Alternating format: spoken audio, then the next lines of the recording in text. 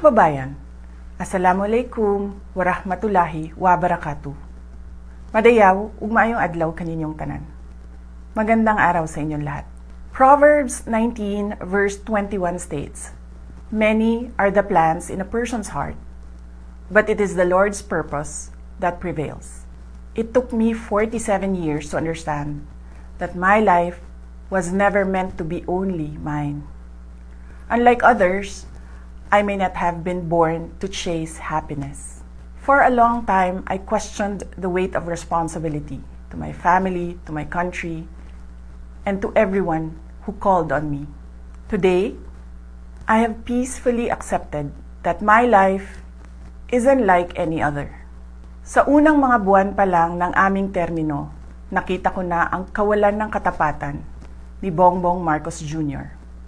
sa mga pangakong binitawan noong kampanya, pati na sa kanyang sinumpaang tungkulin para sa bayan.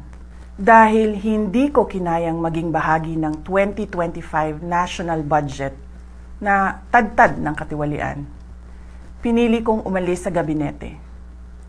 Kahit alam ko na mula pa noong 2023 na ang magiging kapalit nito ay ang aking impeachment. Mga kababayan, humihingi ako ng paumanhin. Patawad kung tinulungan kong mahalal si BBM bilang Pangulo ng Pilipinas. Patawad kung hanggang ngayon ay marami pa ring Pilipino ang nalulunod sa baha ng dahil sa malawakang korupsyon. Patawad kung lantaran ang pang-aabuso sa ating mga institusyon para sa pansariling interes ng mga politiko. Patawad kung patuloy ang pagtaas ng presyo ng mga pangunahing bilihin habang nananatiling kapos ang kita ng bawat pamilya. Patawad kung wala man lang tayong tunay na seguridad sa pagkain. Patawad kung may mga nagkakasakit at binabawian bigla ng buhay dahil sa kakulangan ng maayos at epektibong healthcare system. Patawad kung ang mga dinadaanan ninyong kalsada, tulay at proyektong pinondohan ng taong bayan ay madalas masira. Patawad kung ang krimen, iligal na droga at terorismo ay tila unti-unti nang lumalapit sa pintuan ng ating mga tahanan. At patawad kung wala tayong malinaw at tunay na independent foreign policy. Kung kaya't tila'y tayo'y naiipit sa tunggaliang namamagitan sa mga superpowers tulad ng China at Estados Unidos. Madalas, iniiwasan ng mga politiko ang maagang paghayag ng kanilang mga plano upang hindi sila maging target ng pag-atake. Ngunit matagal nang sinira ng administrasyong ito ang pangalan ko. Matagal na akong inaatake gamit ang buong makinarya ng kapangyarihan. Mula sa mga scripted na investigasyon na ibinalot sa katagang in aid of legislation, sa pagkidnap ng aking ama, hanggang sa mga samut-saring paratang na pilit inuulit-ulit hanggang magmukhang totoo. Marahil ay matagal na rin akong hinatulan sa mata ng iilan.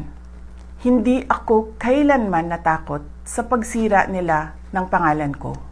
Ngunit may takot ako para sa ating mga anak.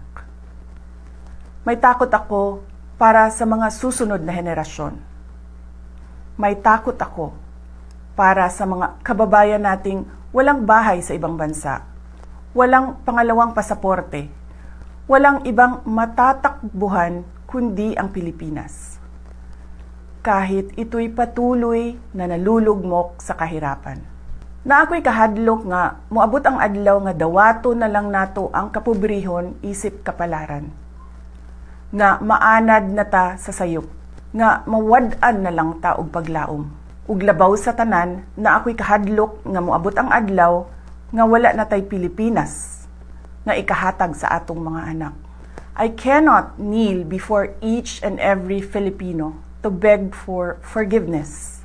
Instead, I offer my life, my strength, and my future in the service of our nation.